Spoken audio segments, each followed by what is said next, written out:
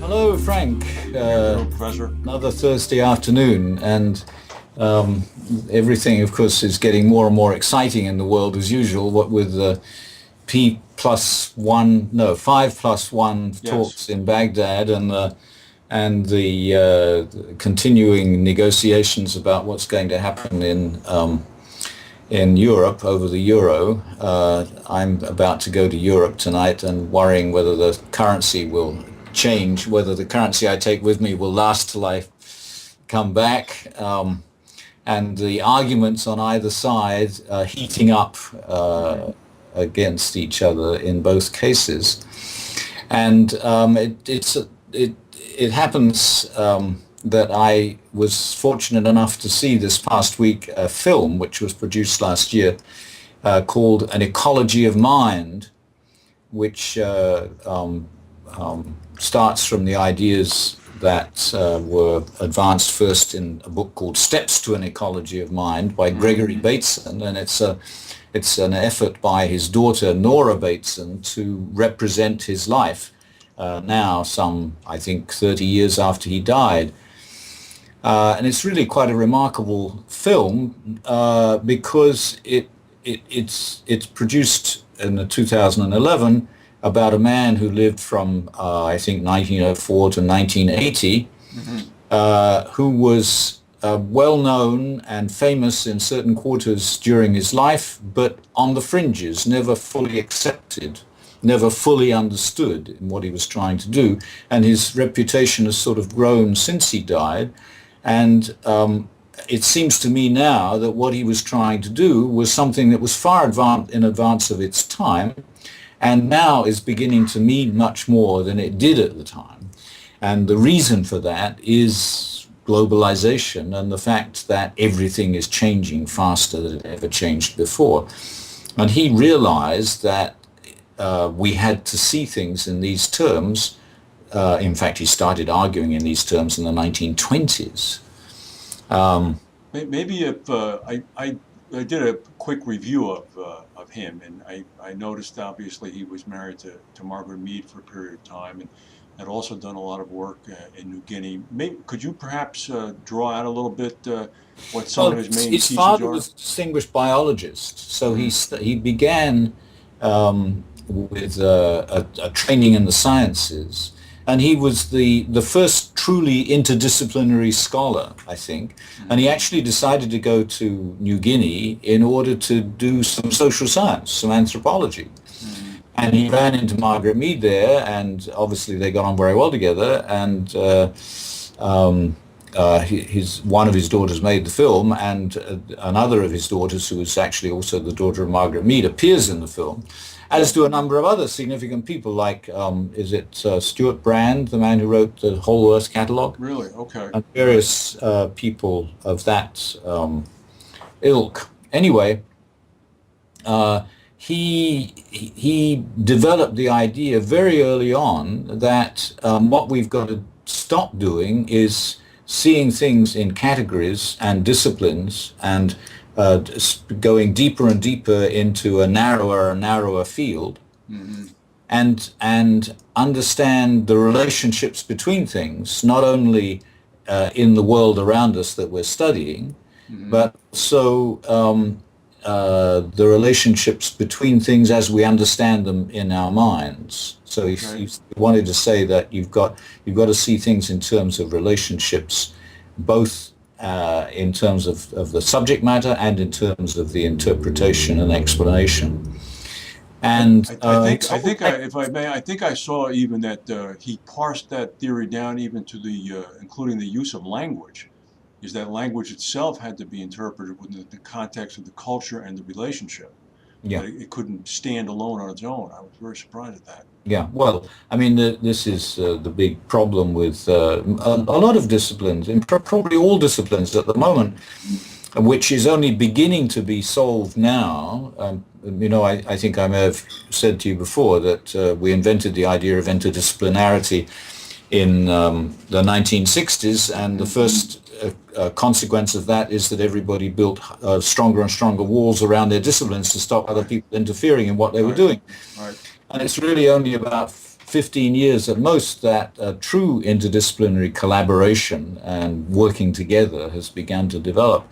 And not only between the disciplines in academia, but actually between disciplinary academic research and Mm-hmm, the professions, which of mm-hmm, course was total anathema until not so mm-hmm, very long ago. If you were academic, you wouldn't mm-hmm. talk to people who just went out to make money and tried to actually do things in the world. Well, he passed away, I believe, in the early 1980s. If he was alive now, some 30 years later, what do you think he would what would his observations be of what's going on? Well, I think that he would be a leader in these efforts to see the relationship, for example, between human motivation in relation to the environment and actual ecological relationships in Mm-hmm. the non-human part of the environment, which is still hardly beginning. I mean, Mm-hmm. I worked with ecologists as a social scientist in the Middle East in the 1970s, and ecologists talked about the way the world worked as though human beings were just total outsiders and a Uh-huh. problem, but not a problem that you had to deal with. Human beings were supposed to do what they were told so that the natural environment could work the way it ought to work. Mm-hmm. Forgetting, of course, the fact that the natural environment today is a product of what human beings have been doing for the last 200,000 years. That's And not right. only human beings, but if all, All elephants species. in Africa and their love of pulling up trees Mm-hmm. and also all the other species as well. The thing is that the natural environment has been changing all this time, and so it's ridiculous for us to expect it to stay the same now. Well, that kind So of meta view would definitely be something that needs to be sharpened right now.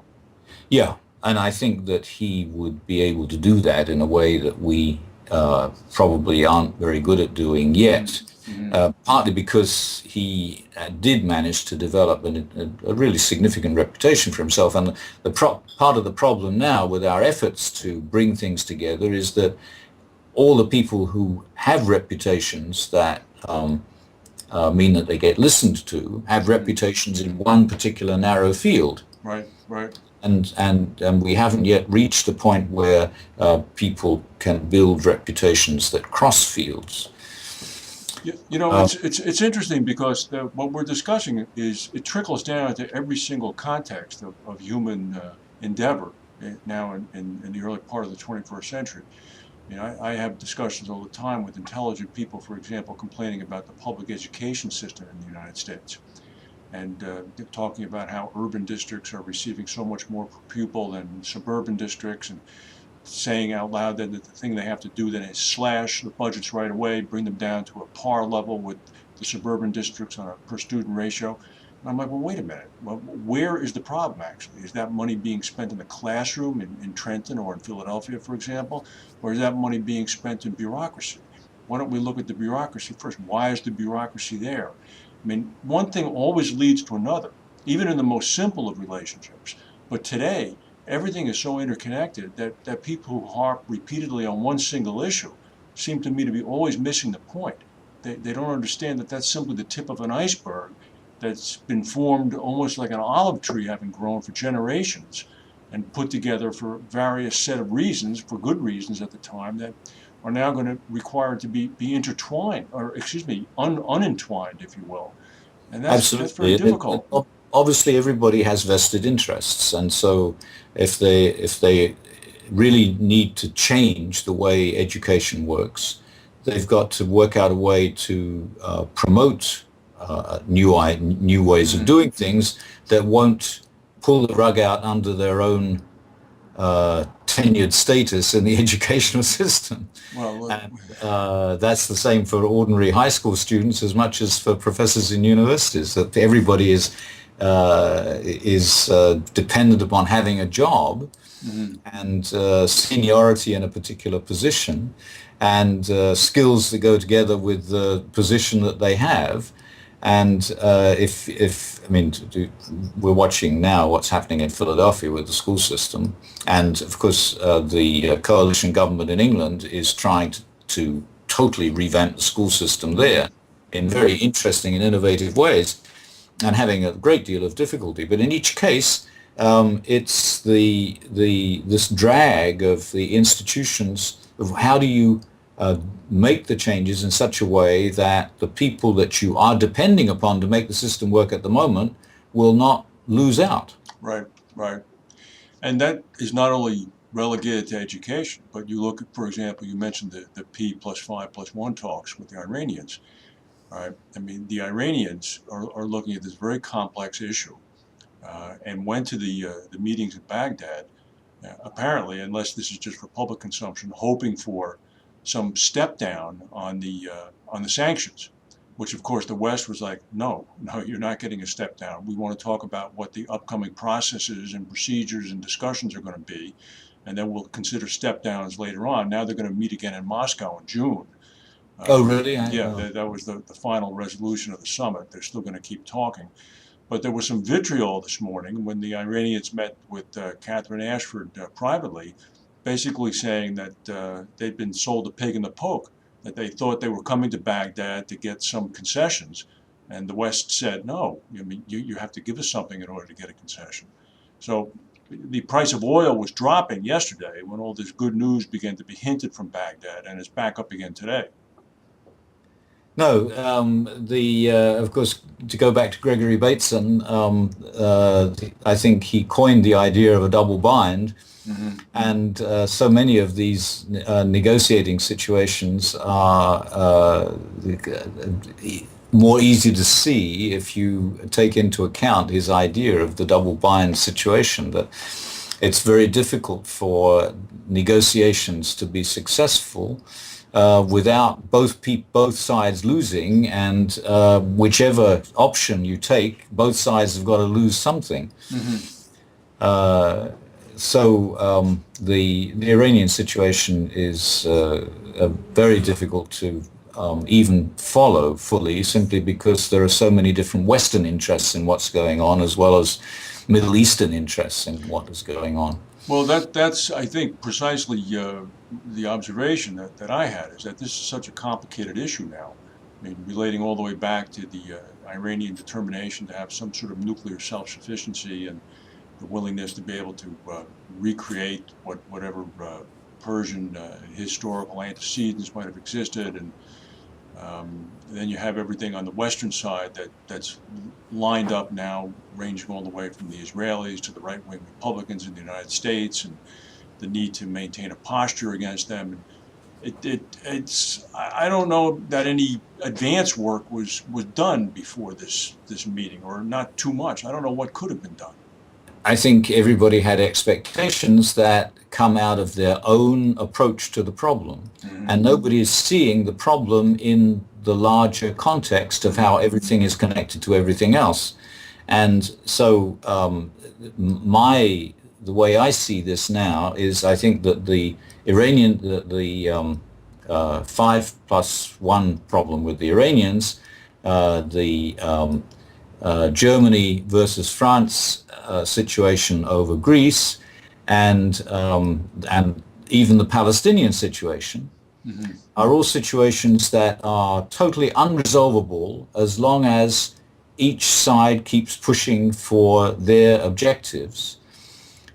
Because and in fact, none of any of those three problems is going to be solved unless something else big happens that takes everybody's attention away from these things, makes them think of something else, and then look back at these problems from another perspective. No, I agree with you, and we've sometimes talked about that, the big cataclysmic event that would distract everybody and to some extent unify everybody. Yeah. But I think you're exactly correct. I mean, to the extent that people continue to look at these issues the same way, with these national self-interests or cultural self-interests at heart, first and foremost, they're irresolvable. They're not So going to be solved. the lesson of our discussion this afternoon is that the special problems of the current situation are only resolvable if we actually see things from a global point of view, which we ought to be doing by now anyway, if we're talking so much about globalization. But still, people aren't seeing things from a global point of view. What was it President Kennedy said? Once all of us live on the same planet, breathe the same air, see the same sun. That refrain that I'm sure Ted Sorensen wrote for him. I don't remember. He gave it in one of his inaugural address. Or he only had one inaugural address, but it strikes home in that people need to begin to look at this in a common way. Yeah. What do you expect to be surprised about in Europe? Just one quickie. Anything? Well, the relationship between Merkel and Hollande, after all, only started this past week, so it's going to take a few weeks for it to begin to mature, and that's going to produce some news for us, Oh I yeah, think. absolutely, absolutely. But there's also the Diamond Jubilee in a couple of weeks' time, and the Olympics a couple of months after that, which are going to change people's moods as well. Yes, yes. So, Well, we'll look forward to talking to you when you're over there, hopefully. You can be a correspondent. I look forward to it. All right, thank you, Professor. All Bye. right, bye.